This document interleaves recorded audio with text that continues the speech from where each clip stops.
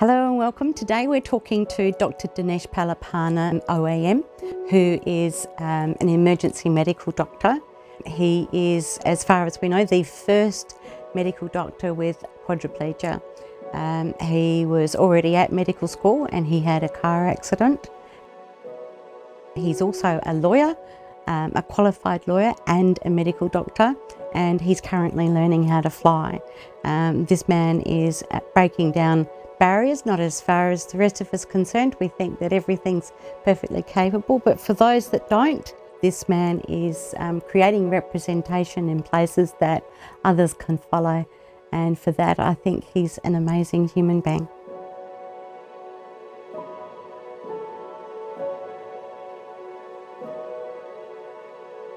I'm here with Dinesh Palipana, who is a quadriplegic doctor in an ER, very busy ER at, which hospital is it again? Gold Coast University Hospital. At Gold Coast University Hospital. I have nearly finished his book Stronger, which I highly recommend. It's a very interesting read if you want to understand about disability and liaising with the hospital and a doctor's experience, which we all know is good, then this is a really good book to commiserate with. That it's not just us that upset the doctors, other people do too. Did you find that shocking at all when you're presenting and saying you had that, you call it medical literacy, when you would say, I think this is happening, and you weren't being treated as read on that, like, oh, we'll have a look at least? Yeah, and it was actually incredibly frustrating, and I don't know, because you feel already so disempowered, right? When you're a patient and you feel you're in an alien environment and you feel that everything's out of your control, and then I think that just adds to that frustration where I was taught from the time I had the spinal cord injury that there are some very unique complications of spinal cord injuries, and that you also know that it's not widely understood in many hospitals. So knowing that and then seeing this happen in front of your eyes and having that level of literacy, it was frustrating and scary. Do you think there's something that patients can do to try and make it easier when they go into hospital? I know there's been talk of having participant passports for people on the NDIS. Yeah, and these ideas have been floated quite a few times and tried, and I think the passport is a really good idea. The other thing, I suppose, is whether we carry a management plan or something from because there's often a doctor or a specialist that does understand the intricacies that happen with the spinal cord injury. So whether it's carrying around something attached to that passport that says, if this happens, then these are the next steps, or these are the complications that might occur, or something like that. I think that's really useful as well. I haven't found that to work all that well. I do tend to present with like a care plan and a list of all the specialists, and quite often the specialists will have a care plan as well. And so I'll hand over, say, a cardiologist care plan for their client, and they'll say to me, oh, we don't deal with anybody outside of the hospital. So I think, I don't know whether there needs to be an MOU or something where we start to integrate, especially with the NDIS. It's not understood when we go in as support workers, whether we work for the NDIS or we work for that local health body, or so they think you're some casual. And I've been the victim of bullying by their own staff, and it's like, hey, I don't work for you. I don't have to be bullied by you. Or they think that you're their subordinate and they'll give you instructions. It's like, no, this is the boss here in the bed. You tell him, and if he says I can do that, then I will. And it's them understanding, especially when you're doing augmentative communication. You know, like with something like quadriplegia, your breath and breathing is something you've got to learn to do, especially with verbal communication. And if you're tired or a little unwell, you tend to conserve your words. And so quite often I've had people like that. They've had psychosocial problems, the trauma of being disabled, and then they might have difficulty speaking. The assumption is if you're in a chair like that, that your mental capacity isn't there as well. So I think one of the things that would be useful is if we could determine which doctor was allowed to determine mental capacity. I mean, I think that's probably more it's a finer point in judgment that's made about people sometimes, whether it be a young adult or someone who might be elderly, or whether someone has a disability. I think there are certain judgments that are often made, and that's probably what we need to be mindful of. And one of the most fundamental ethical principles of medicine is autonomy, right? So we have to do whatever we can to preserve someone's autonomy and to give them that ability to have control of what happens to them and have control of their decisions as far as possible. So I think even just remembering that duty to protect someone's autonomy goes a long way. That's something that Charlie Teo said to me, exactly. It was about autonomy. Really? What did he say? The way that he makes decisions with his patients is about autonomy being the driving force. That the way that he, look at it that way, and that autonomy drives the way that the information that he gives, and he allows them to make their own decisions. That's very difficult in a litigious and risk-averse world, but dignity of risk and all that. Yeah, but still, if someone should be able to make, as far as possible, decisions about their health, right? It's so critically important. I wish that we could clone you and have at least one of you in every hospital. It would just be so wonderful. There are many times where I would have sought you out and had a good cry on your shoulder and said, for God's sake, go and sort these people out. I've been booted out of a room. It's like, you're not allowed to help with moving this client from a power chair. So I'm standing out the room and I can hear all this swearing and carrying on. 10 minutes later, they come flying out. Can you come in? There's something wrong. And they were trying to lift him, and he was still had his seatbelt and foot straps on, and he was screaming because they were pulling out his SPC. Oh man! And it's like, well, wow. Actually, he doesn't. For somebody with Friedreich's ataxia, it's not that he has no feeling. It's not quadriplegia as such. It's very different, and certainly in that part of an SPC, he's feeling every bit of it. You're really hurting him. Oh, that's terrible. But we don't have auxiliary nurses and things in hospital like that anymore. Really, just seems to be RNs and ENs. You don't have little helpers. Because I've always thought, like, if with support workers, if we were properly registered and had some decent training, we'd be good for doing, all the personal care and clean up on aisle 5, Yeah. But maybe that's actually the next step, right? I think support workers are so critical in the life of a person with a disability.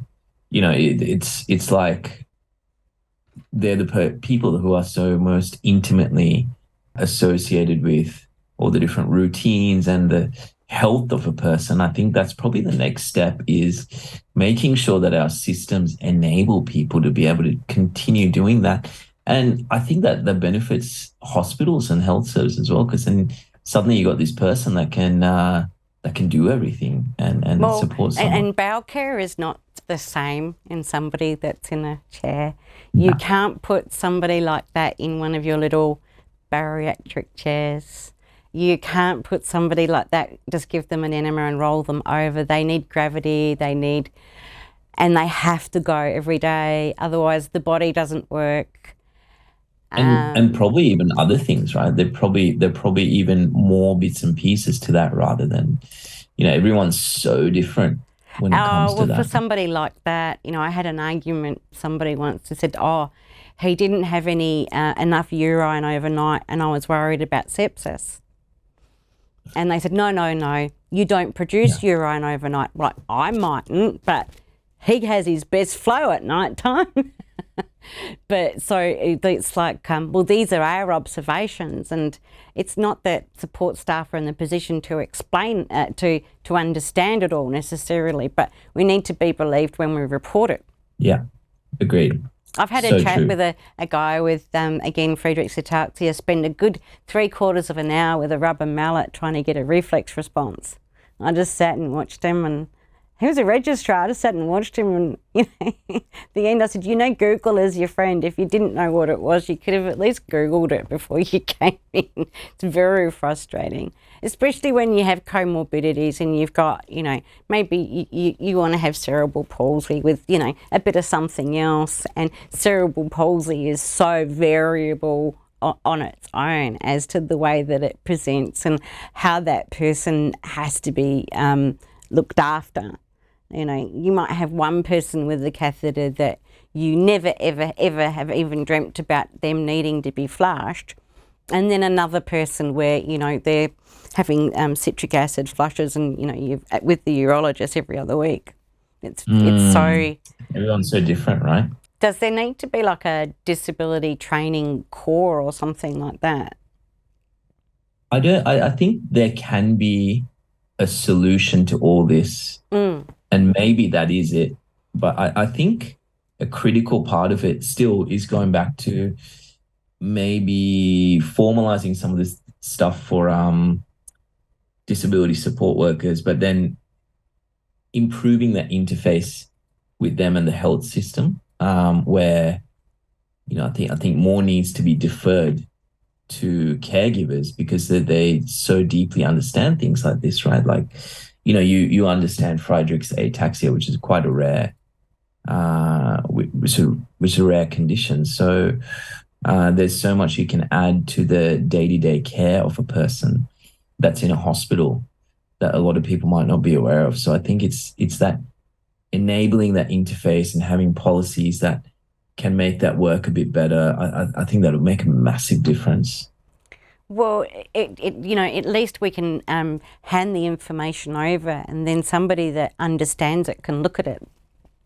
You know, at least take it.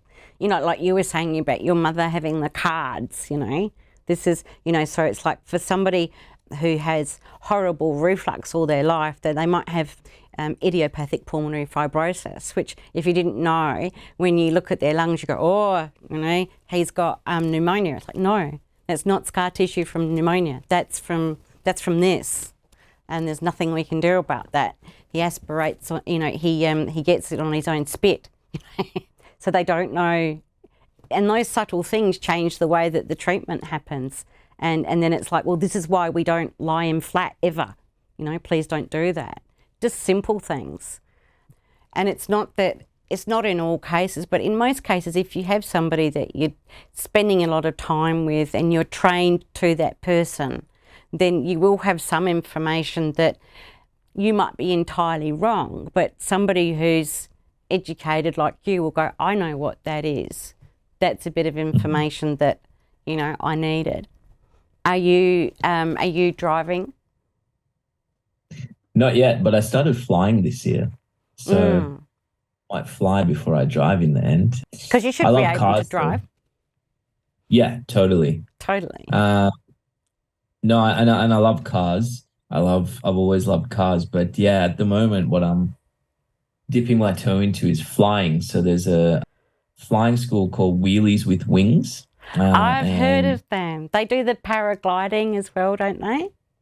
I'm not sure about paragliding, but they definitely fly. And I took the first flight earlier this year down in Melbourne, and it was just amazing, you know, just flying a plane, and it was over all the wineries and the beautiful areas. It was just, it was incredible. But flying is something I'm trying, and there's so much, right? There's so much. Literally, sky's the limit, and probably not even. There's probably more than that. Have you ever tried immersion therapy? I haven't. I You know, they haven't. put the mask on you and you go underwater. No, that sounds amazing. It's beautiful. It's quite terrifying when you know, you look after somebody, then you go, I am now going to put you a couple of meters underwater, you know, plonk, and you think, oh my God. I've seen people, you know, literally walk underwater and they gain a heap, and there's a whole host of scientific study being done as to how the confidence you gain from having that movement without gravity underwater affects the well-being, and because it has all these other knock-on effects. It's quite, but there are a lot of daredevil sports for, and it's quite. Yeah. Well, I went skydiving this year as well, which was cool. It's incredible. Do you still go back to Sri Lanka? I haven't been there for a long time. Sri Lanka is going through an incredibly hard time at the moment. People are struggling so much. Inflation at one point reached around 50 or 60%, and there was no fuel. People were lining up for days to get fuel. There were power cuts every day. And the situation's not getting significantly better rapidly.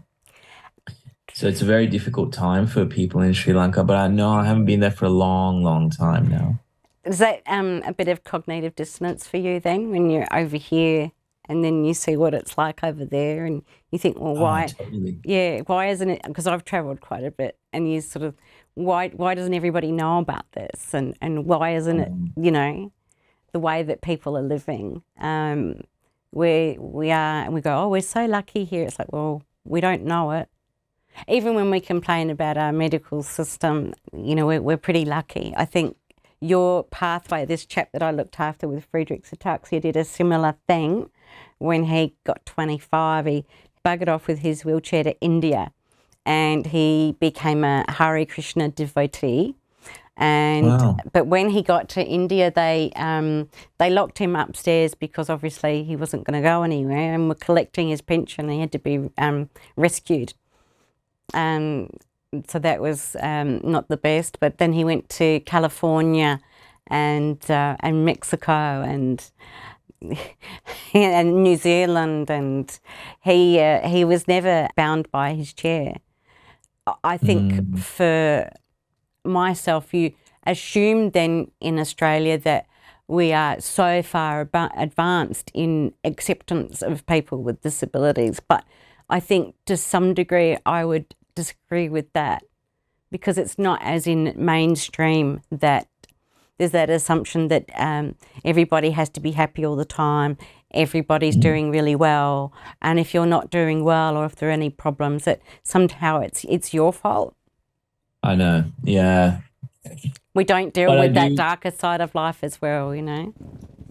I know. But you know, I think two of the things you mentioned just then like really resonates with me, like that. The fact that like I always actually count the fact that I'm very lucky. And even though we talk about things that we can improve, like we have a pretty good thing compared to places like Sri Lanka. Because you know, people struggle, and people with disabilities struggle, and in other parts of the world where they don't even have a wheelchair or anywhere to go. And I think I do think about that quite frequently, actually. Yeah, it's huge. So tell me about doctors with disabilities. When I came back to medical school, it became evident. Like my medical school has been amazing. I'm actually sitting here in my office at the medical school currently. But when I came back, it became evident that the medical profession was a challenging thing to navigate for someone with a disability. And there were even some policies that came into medical schools that tried to stop people with disability from studying medicine or working in medicine. So it was a little group of us that started it, and the aim was really to change some of these things. And over the years, we have actually made leaps and bounds. It's becoming medical schools are becoming much more open now, and in fact, there are a number of medical students in wheelchairs that use wheelchairs across the country. and workplaces are becoming more open, and specialist training colleges are becoming more open. So it's becoming a very good, a better at least, environment than it used to be. So I feel like we've kicked a few goals, which is nice. It is very difficult for somebody with a disability to do simple things like get an x-ray, pap smears, prostate checks, mammograms, bone density scan, pap smears, or gynecology for girls in wheelchairs. It's really... Yeah. So this is the other thing that we've been able to work on some of these issues as well over the years, on top of increasing the representation of people with disability within the medical profession. We've been able to go outside of that into nursing and physio and all that. So we've supported some people through the process there, but also having the patient side of it, which was particularly important through COVID. But yeah, these are some of the issues that we've been speaking on as well. And the Disability Royal Commission is doing some work. There are a few other bodies doing some work, like Checkup Australia did some work on it. But you're right. It is actually really challenging to get some of these very basic healthcare needs addressed. And it's important.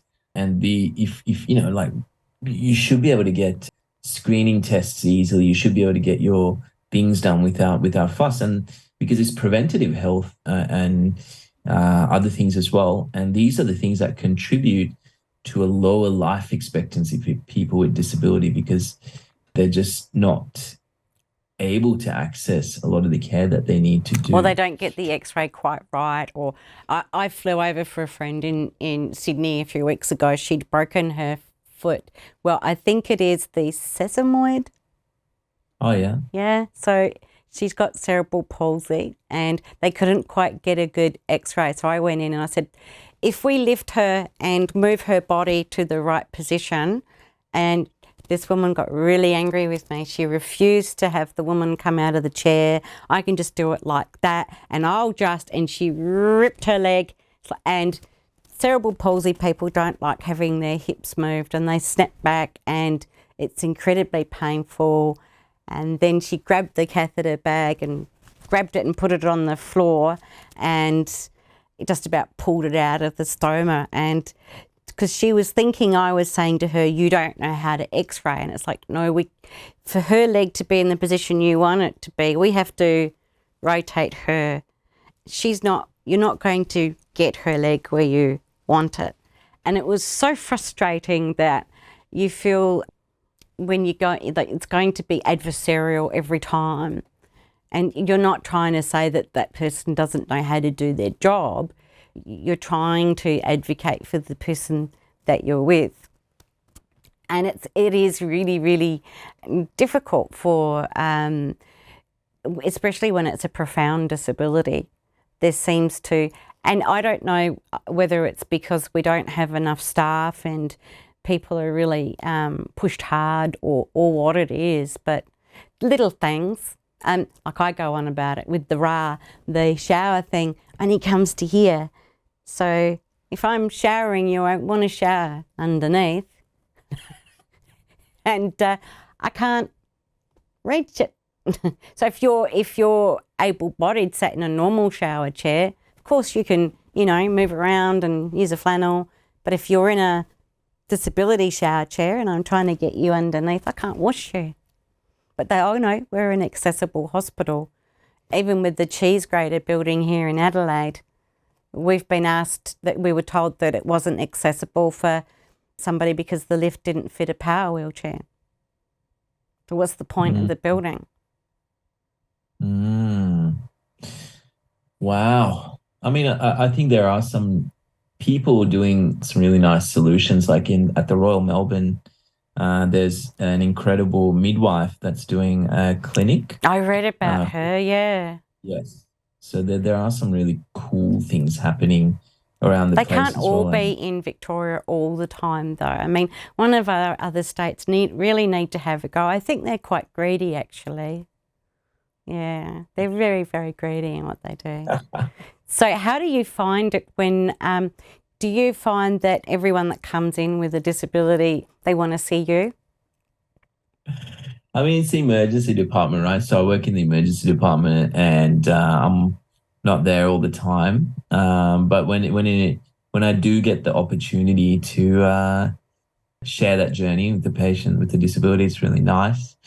And that's there's the best moments in medicine for me haven't been so much the technical things or the medical stuff, but it's that connection and it's the conversations and it's the human aspect of it. So I've had some really, really special moments with patients like that, which I hold close to my heart.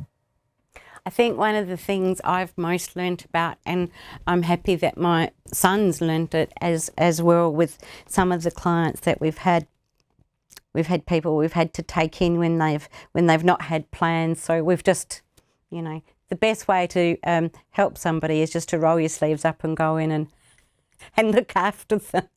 That initial fear, especially for my kids, of meeting somebody with a profound disability was quite confrontational.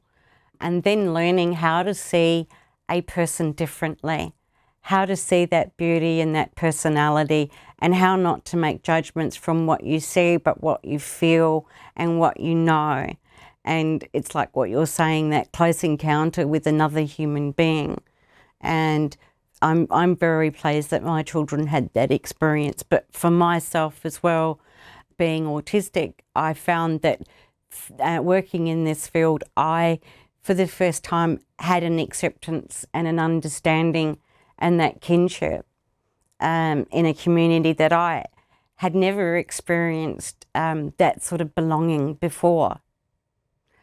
Wow. And I don't think that I've ever had close encounters like that with a human being until, when I started. Well, I like to say that we're not looking after, we're walking with. It used to be Yes. that you're looking Agreed. after and we make that person like a child, whereas now it's more like we're facilitators. And you do get the daredevils like you who want to. I had one guy that, what he did, he was in his wet chair, as he called it, and sort of threw himself in the pool with his chair. They love, these people that love being daredevils. I mean, I used to watch wheelchair basketball as a child. So my opinion of disability was that they were all quite mad. They don't call it murder ball for no reason. Or is that the rugby version? Murder ball is the rugby version, isn't it? Yeah.